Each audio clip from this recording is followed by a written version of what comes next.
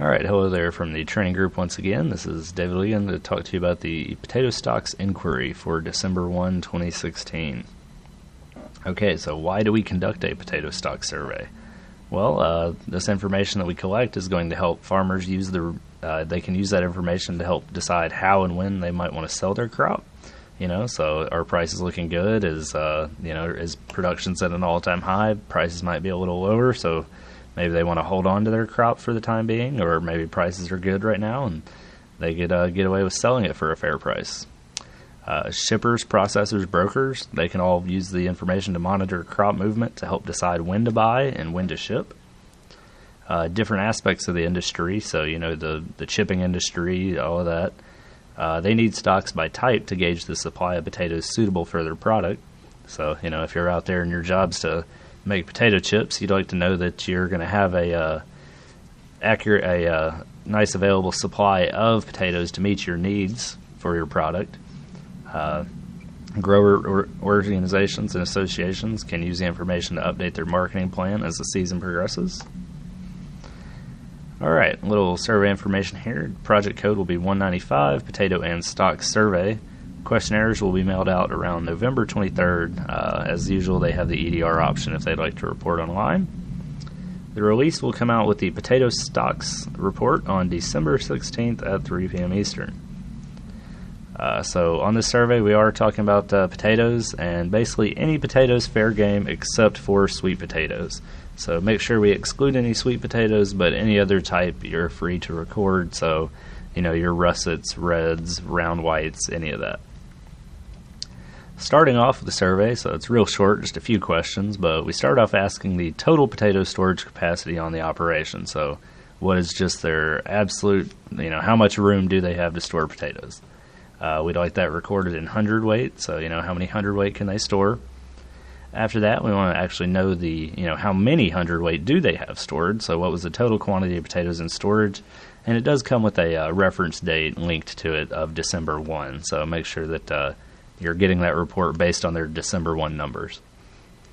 After that, we want to know the quantity lost due to shrink, hull, or dumping through December 1, so through that reference date. That's going to be both lost in storage and any unusable potatoes that were harvested and hauled from the field. So if they dug them up and went through the effort of hauling them out of the field, if they perishable after that is when we want to start picking it up. So if it's bad potatoes, they left them out in the field, we don't want to count that. But if it did make it out of the field, that's when we start counting loss there. Typically, we should see around a couple % of the total be lost during each month of storage. So looking for a couple %, slightly less, slightly higher, but anything way outside of a couple % would be a good place to leave a comment on.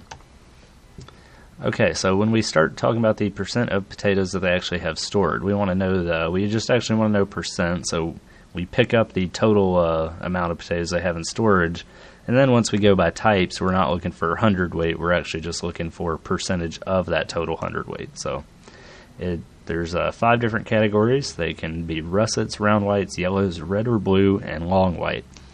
Your russet's going to be the vast majority of them. Those are the real popular, quintessential just baked potato. When you hear that, it's probably the one that comes to mind.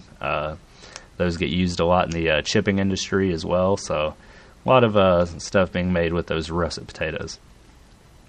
The sum of all these percents must add up to 100. So, we got to expect that between all the different 5 of those categories, we should be seeing that 100%. So watch out for that when you're doing the survey, so those sums can't exceed 100%.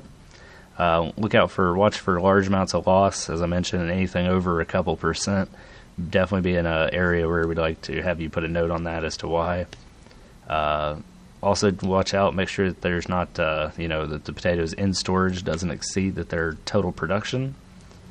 Look out for large changes in potato storage capacity. So, if that capacity is changing widely, then we'd expect to have some type of note corresponding to that unique situation.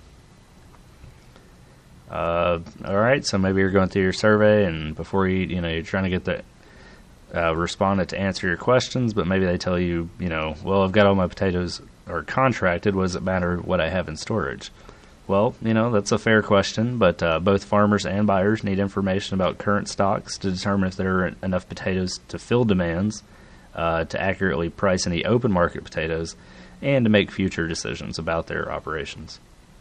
So if you encounter any odd or unexpected scenarios or answers to your questions, be sure to leave good notes for the statistician who will be going through and reviewing the data. It's not a bad idea to open up your iPad before surveying and just kind of look through the questions, familiarize yourself with the survey, and make sure there won't be any surprises once you get out there to do an interview. Contact your supervisor or local field office if you have any specific questions. And one thing to note, I'd just like to cover some of the little extra information that we put out. The survey gets conducted 4 times throughout the year, so we'll starting off, going to do it in December. Next one will be February, then April and June of 2017. It's conducted in 13 states. That's California, Colorado, Idaho, Maine, Michigan, Minnesota, Montana, Nebraska, New York, North Dakota, Oregon, Washington, and Wisconsin. Those are your major fall potato producing states.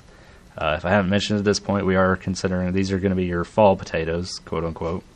And this accounts for about 90% of all potato production in the country. So this is the bulk of the potato industry here. So it's going to be a random sample of growers that have on-farm capacity, but then it's also going to be a census of non-grower agribusinesses as well. So mentioned already that we do pick up potato information pretty much exclusively in hundredweight. If you get some type of different unit, definitely make sure to leave a note and record as much information about the weight of that unit, what it was called, so forth. Okay, and lastly, it does allow them a little comment space so that they can give us any type of comments that they would like. Those comments really help statisticians that are going to be going through and making estimates, and they're especially important for these specialty crops. All right, that's all I have for you. Thanks for tuning in, and have a good survey.